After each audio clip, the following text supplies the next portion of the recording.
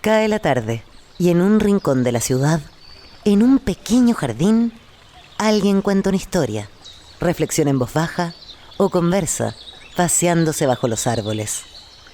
Es hora de volver a casa, bajar la velocidad y darle tiempo al tiempo. Christian Warnken nos abre la verja de su jardín para que respiremos aire puro y oxigenemos el espíritu. En Pauta, aquí comienza Desde el Jardín.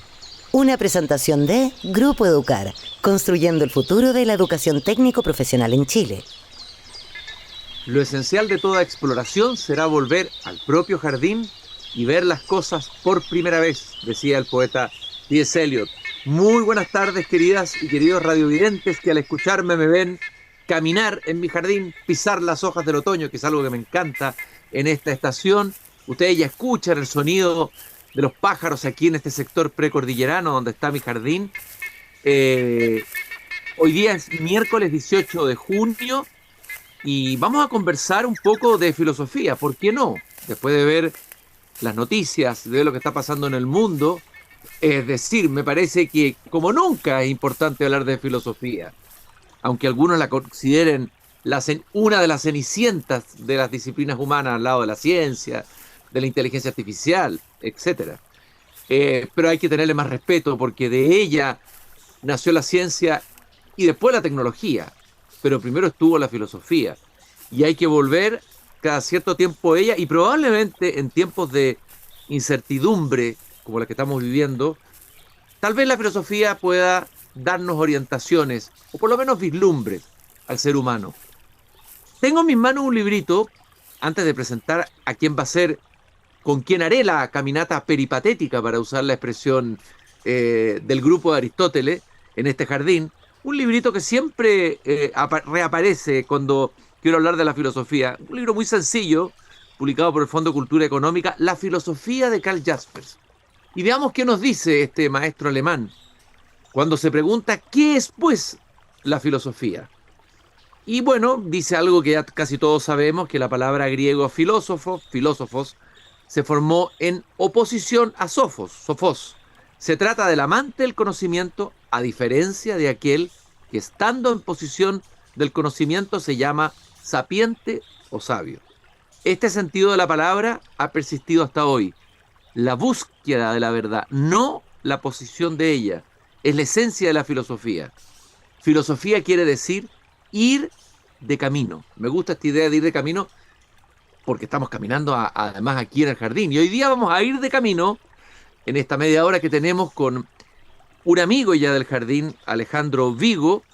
Él es profesor de filosofía de la Universidad de los Andes, doctor en filosofía de la Universidad de Heidelberg, ha sido profesor en la Universidad de Navarra. Hemos conversado antes sobre algunos de sus libros, particularmente la introducción a Aristóteles, una introducción creo que se llama, y hoy día vamos a conversar a partir de una columna que él escribió en la revista Libros del diario El Mercurio el domingo 25 de mayo pasado, donde comenta comenta y celebra la edición de la antología de filósofos chilenos, editado por Patricio Brickle, que da testimonio de la vida y obra de 10 reputadísimos filósofos chilenos. Hay quien ha dicho que Chile no es un país para la filosofía, que es más para la poesía. Sin embargo, esta lista de filósofos potentes, diría yo, de alguna manera desmiente esa intuición, ¿eh?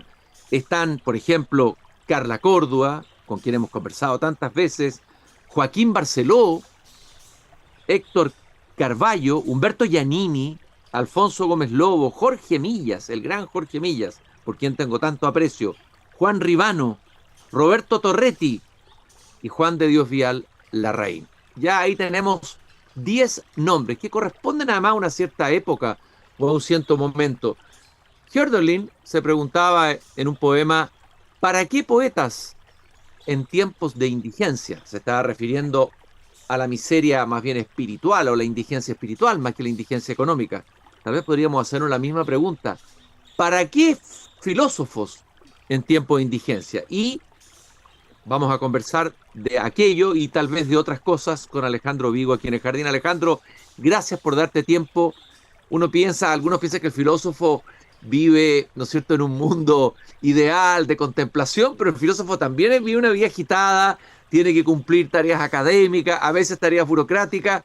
El filósofo trabaja, por lo menos los filósofos rigurosos y serios como tú, Alejandro. Muy buenas tardes.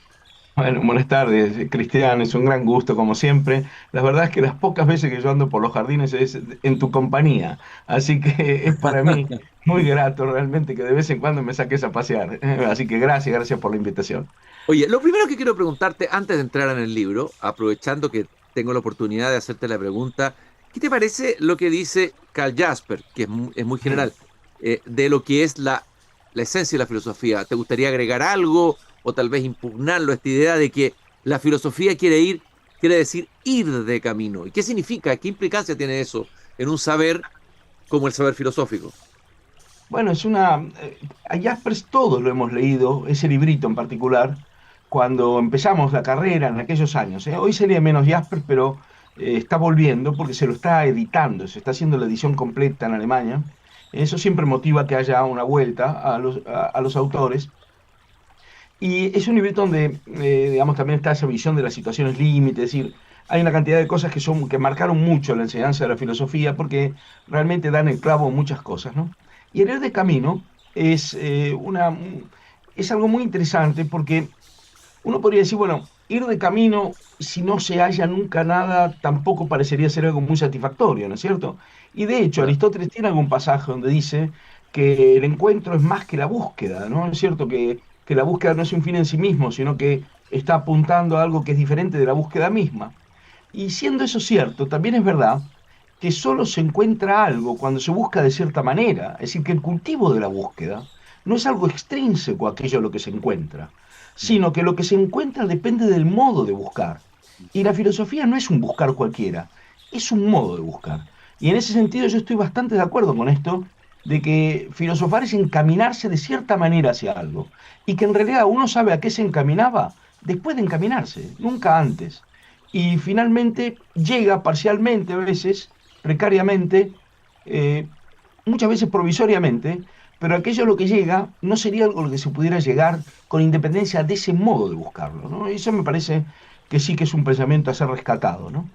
¿Y cuál es el modo de buscar peculiar de la filosofía? Claro, esto lo podemos ver de varias maneras, ¿no? Porque uno dice, bueno, yo recuerdo siempre en estos años que tengo a mi mamá un poco enferma, yo vuelvo mucho. Mi mamá siempre me decía que los filósofos son gente que para cada solución tiene un problema, ¿no? Y hay algo de muy profundo en eso, ¿no? Porque las preguntas filosóficas ya son algo, digamos, no caen del cielo, sino que ya son producto de una cierta elaboración. Por eso es que cuando uno enseña filosofía, yo me considero un profesor de filosofía, no un filósofo, cuando uno enseña filosofía, si no enseña al que está estudiando o participando de eso, no le enseña, digamos así, cómo se llega a esas preguntas, cómo se elabora esas preguntas, las respuestas que eventualmente se le puedan dar carecen de todo sentido. Es decir, solo se puede entender en alguna medida qué es lo que se dice en un acerto filosófico, en una doctrina o algo así, si se entiende a qué se está respondiendo. En Verdad y Método, Gadamer introduce esta idea de la lógica de la pregunta y la respuesta. Y dice que desde el punto de vista de la comprensión, todo enunciado debe ser tomado como la respuesta a una pregunta. ¿Sí? Como la respuesta a una pregunta. Entonces el cultivo de la pregunta es esencial aquí, ¿no? Y también Heidegger marcó eso cuando decía aquello de que el preguntar es la piedad o la devoción del pensar, ¿no es cierto? Oye, Alejandro, a ver, ayer un amigo que me trajo en auto de una clase que yo estaba haciendo, que es profesor creo que de economía, y de repente me dice, mira, te voy a contar algo, como que me va a contar algo muy, muy especial.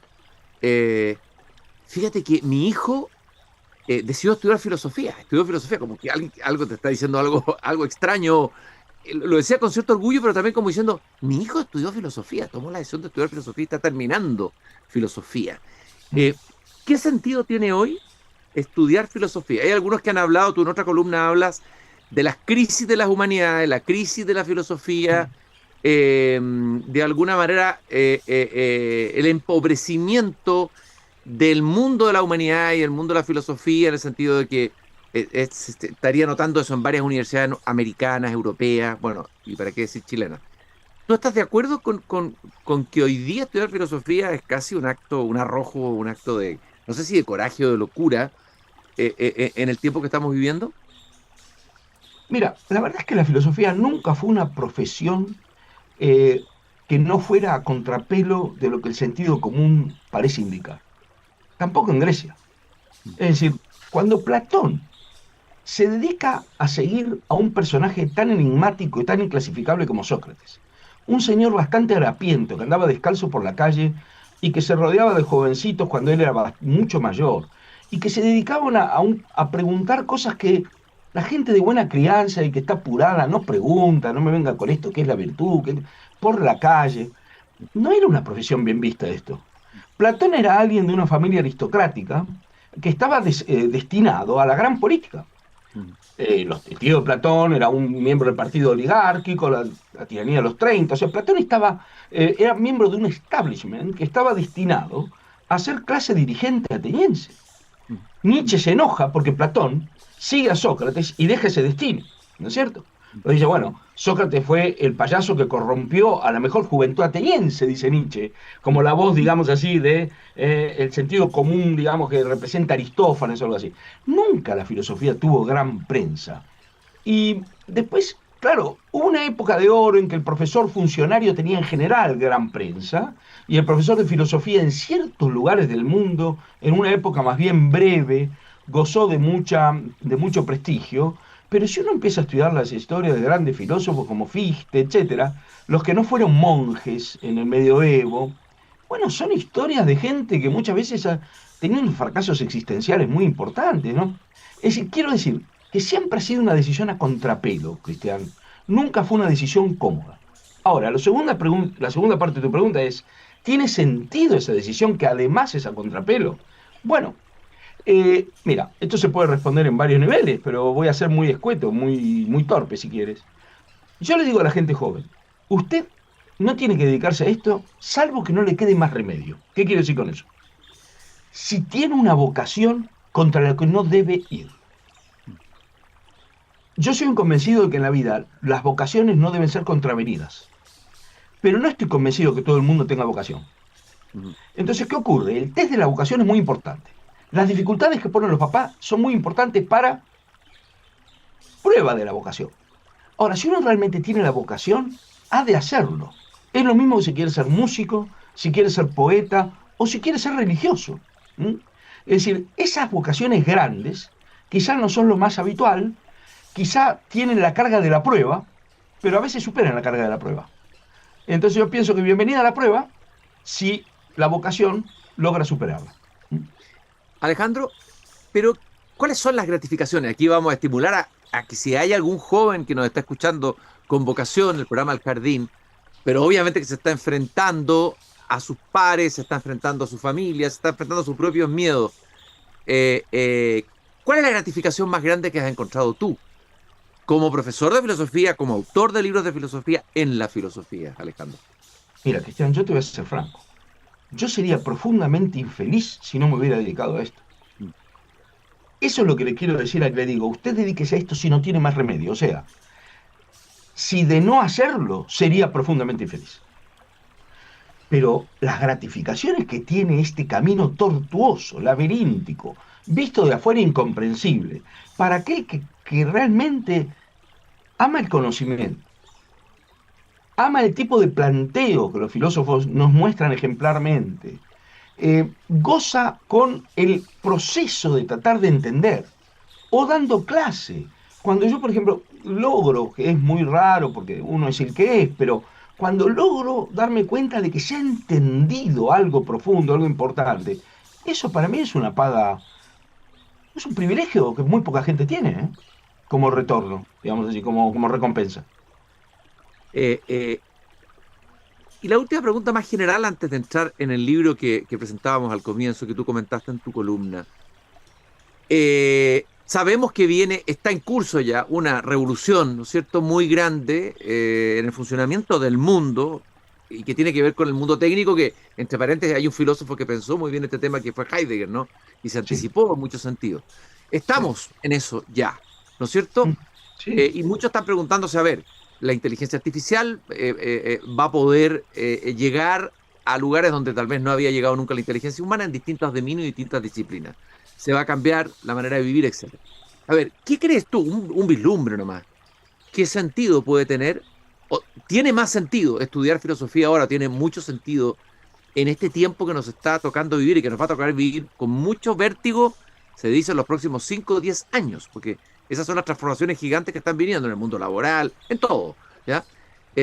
La filosofía ahí, ahora. mira, yo lo generalizaría y después vuelvo a la filosofía. Yo creo que cada vez tiene más sentido dedicarse a áreas sofisticadas del conocimiento, que eso lejos de menguar, esa necesidad se incrementa, precisamente porque la complejidad del mundo se incrementa y porque los dispositivos con los que tenemos que lidiar desafían fuertemente nuestras capacidades de comprensión, ¿no? En el caso de la filosofía, es una de las formas de cultivar capacidades, digamos así, más o menos sofisticadas de comprensión. Es más, yo creo que mucha gente que apuesta al cortoplacismo va a cometer un terrible error, porque nadie sabe lo que va a ser el mercado laboral de acá a 5 años, ni a 10 ni a 20. Entonces se va a reclamar cada vez más que la gente tenga cierta flexibilidad que le permita comprender estructuras en distintos ámbitos de actuación. Eso no lo da cualquier cosa, eso lo da la alta matemática, lo da la física, lo da la filosofía bien hecha, no mal hecha, no mal hecha, porque si vamos a hablar de cómo se enseña filosofía en los colegios, etcétera, estamos hablando de otra cosa, pero estudiar la crítica de la razón pura, estudiar la lógica de Hegel o estudiar la metafísica de Aristóteles bien hecho, eso es ejercitar un tipo de capacidad de comprensión que no se obtiene haciendo otras cosas. Lo mismo en la gran literatura, si uno quiere, en otro sentido, ¿no? Yo tengo esta impresión, querido Cristian, que nosotros vivimos con un espejismo que a veces, para provocar un poquito a mis alumnos, le llamo la lógica del rincón del vago, ¿no? El rincón del vago es este repositorio donde están todos los trabajos que copian para presentar, ¿no? Porque, mira, te voy a poner un ejemplo un poco trivial. Hoy estoy en una tarde un poquito trivial, discúlpame. Hay máquinas que cualquier auto corre 200 kilómetros por hora, ¿verdad? Y sin embargo la gente sigue corriendo maratón en los Juegos Olímpicos o carreras de 100 metros. Porque el problema no es si hay una máquina se puede hacer algo, sino qué puedo hacer yo. ¿Mm? Y si yo dijera, bueno, ¿para qué voy a entrenar yo si hay una máquina que corre más rápido? Bueno, esa es una autocondena a no lograr nada yo mismo. En el ámbito intelectual no es muy diferente. ¿De qué me sirve a mí pensar que en un chat, como el GTP, cualquier chat de esto con el que yo interactúo, porque estoy tratando de entender qué es lo que hace, ¿no? ¿De qué me sirve así? A mí decir, él o esta máquina puede responder todo, si yo no puedo entender nada, ¿no? No es tan distinto de pensar que si yo estoy sentado en la vereda de la Biblioteca del Congreso de Washington, ahí están todos los libros, ahí está todo, pero yo no he leído nada. La educación es un proceso de automejoramiento. ¿Mm? No es un problema que tenga que ver con el estado actual del mundo, sino con mi estado personal y cómo yo me supero a mí mismo. Y ahí no hay atajos. Soy yo el que tiene que hacer eso. No puedo delegar en otro esa tarea. Por eso yo creo que hay una cantidad de discursos, digamos así, que queriendo ser discursos futuristas, en realidad son discursos del atraso, porque nos dan la ilusión de que vamos a poder delegar en las máquinas todo, cuando la existencia es hacerse cargo de uno mismo. Y el automejoramiento es una tarea indelegable. Entonces yo lo veo exactamente al revés, pero no sé si con esto te digo algo relevante. No, es un súper buen vislumbre el que acabas de dar. Estoy caminando en mi jardín, pisando los dos las hojas de otoño, este hermoso otoño santiaguino, con Alejandro Vigo, profesor de filosofía en la Universidad de los Andes, doctor en filosofía, autor de interesantísimos y variados libros de filosofía. Vamos ahora a estos filósofos chilenos. Esta antología de filósofos chilenos que acaba de ser editada por la editorial Comares Granada, España, que es una editorial muy prestigiosa en el ámbito de la filosofía. A ver, ahí pasó algo. Yo hablaba de una época o de un momento de la filosofía, un momentum de la filosofía chilena muy interesante. tú en tu columna señalas que uno de los elementos era que la tarea filosófica estaba unida a la docencia. Sí. Es decir, que ser filósofo no significaba dedicarse solamente a investigar, a producir paper, qué sé yo, y desligarse lo más posible de las clases que nos quitan tiempo, sino que son todos maestros. Jorge Milla, reconocido como Claro, maestro, los discípulos lo recuerdan, yo me he encontrado con varios de ellos, claro. Giannini lo mismo, Sí. bueno, los otros que están ahí. A ver, ese elemento me parece muy importante y eso podría estar perdiéndose hoy día en una universidad que tú mismo dices más tecnificada, ¿no? Sí. En el mal sentido de la palabra, Alejandro.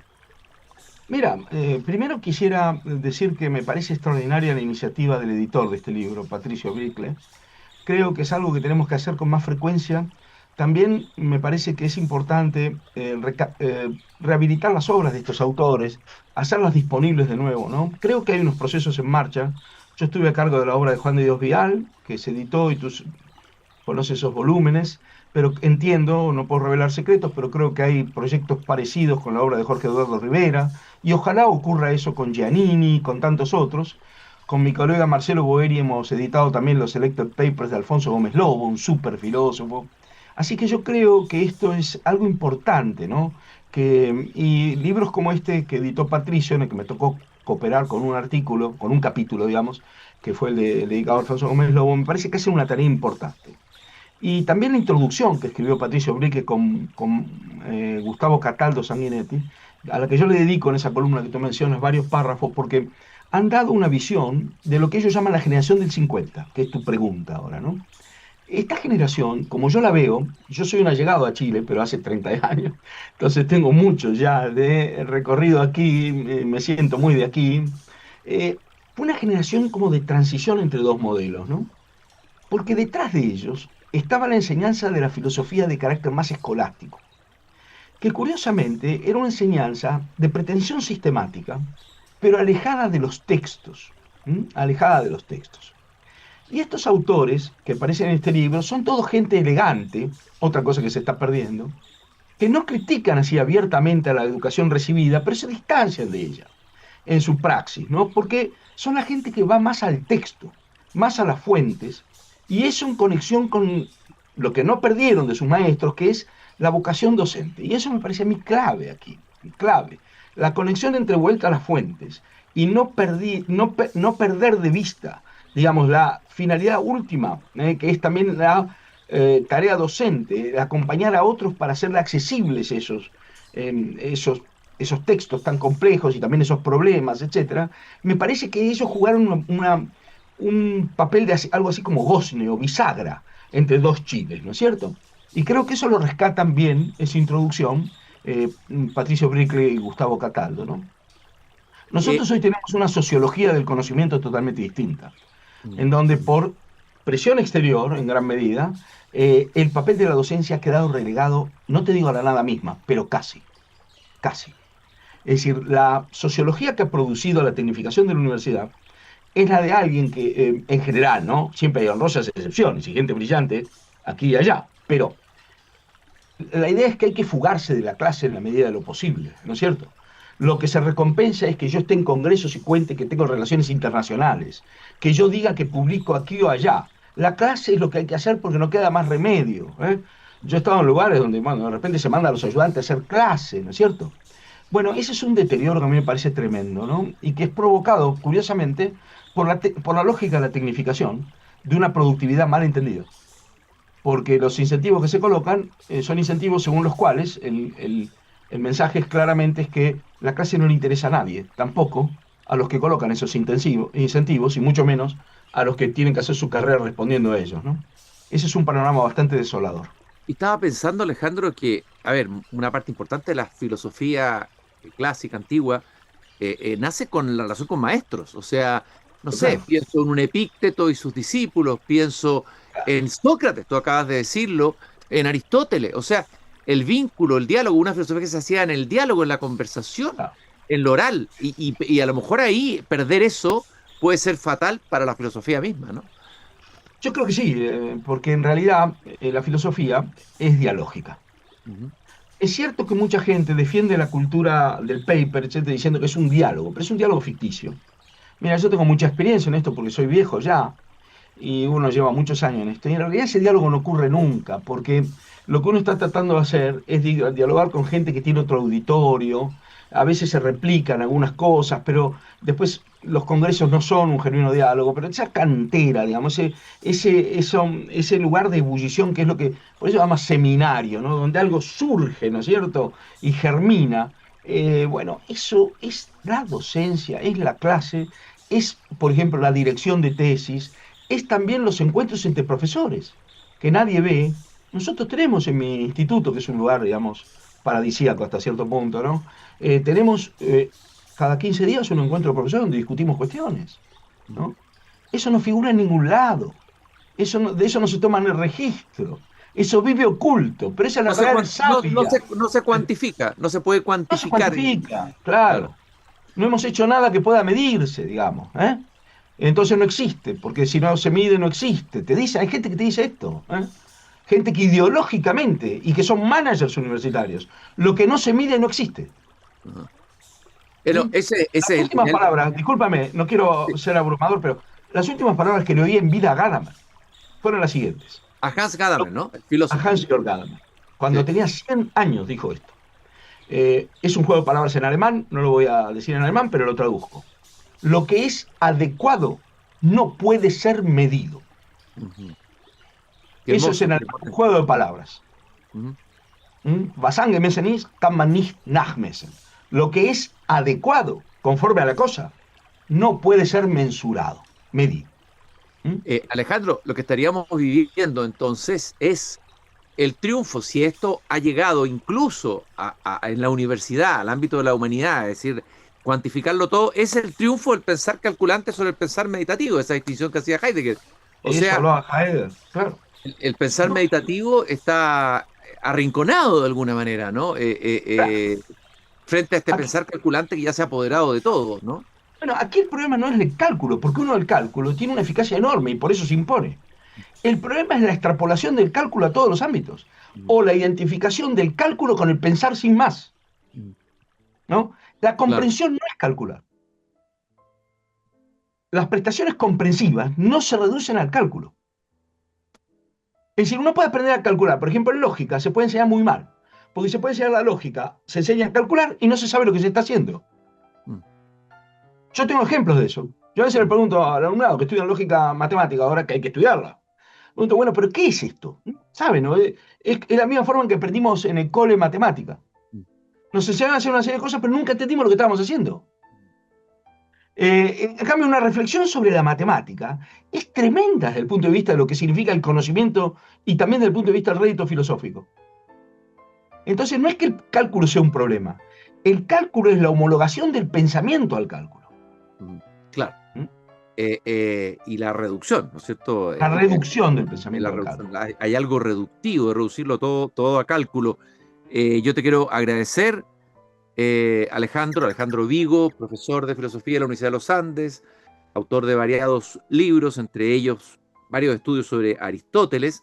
Estamos terminando nuestra caminata peripatética esta tarde aquí en este pequeño jardín al fin del mundo, y sobre todo queda resonando la idea de que hay que cuidar el jardín de la filosofía, específicamente el jardín de la filosofía chilena, y por eso comentábamos esta antología que acaba de ser editada sobre 10 filósofos chilenos de excepción, que recomendamos a todos los que nos están escuchando y se interesen en conocer sus historias, sus vidas, su obra. Hay varios de ellos que son personajes muy fascinantes, nuestros Sócrates chilenos, por decirlo así. Alejandro, muchas gracias por esta conversación, por regalarnos esta conversación en esta tarde otoñal, de invierno ya. Soy yo el agradecido, Cristian, es siempre un gran gusto, ¿eh? Siempre un gran gusto. Y nosotros nos encontramos nuevamente mañana aquí, queridos radiovidentes, cuando vuelva a abrir la verja de madera de mi jardín. Recordarles que nos acompaña el Grupo Educar, construyendo la educación técnico profesional en Chile. Conoce más sobre nuestro trabajo en grupoeducar.cl. Y no se olviden la frase de Voltaire al final del Cándido: hay que cultivar el propio jardín.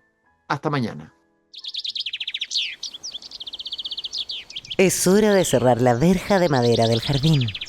Pero Cristian Warnken la volverá a abrir de lunes a jueves a las 19:30 horas en Radio Pauta, cuando comience de nuevo desde el jardín. Una presentación de Grupo Educar, construyendo el futuro de la educación técnico-profesional en Chile.